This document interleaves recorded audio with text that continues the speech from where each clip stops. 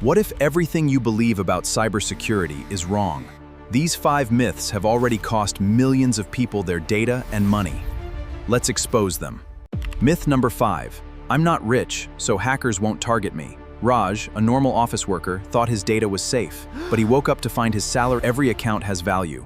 Myth number 4. Strong passwords alone are enough. Sarah felt safe with her complex password, but when another site was breached, hackers struck. They used her stolen password to access her.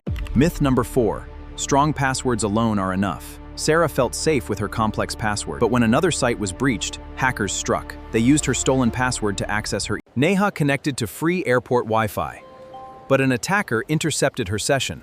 Fake hotspots capture sensitive data. Always verify before connecting. Neha connected to free airport Wi-Fi, but an attacker intercepted her session. Fake hotspots capture sensitive data. Always verify before connecting. This company invested heavily in security. Hi, this is IT, I need your code. Sure, it is 521. They hacked the human. People are often the easiest target. Cybersecurity isn't about fear, it's about awareness. Which myth surprised you the most? Comment below and share this video To help someone stay safe online.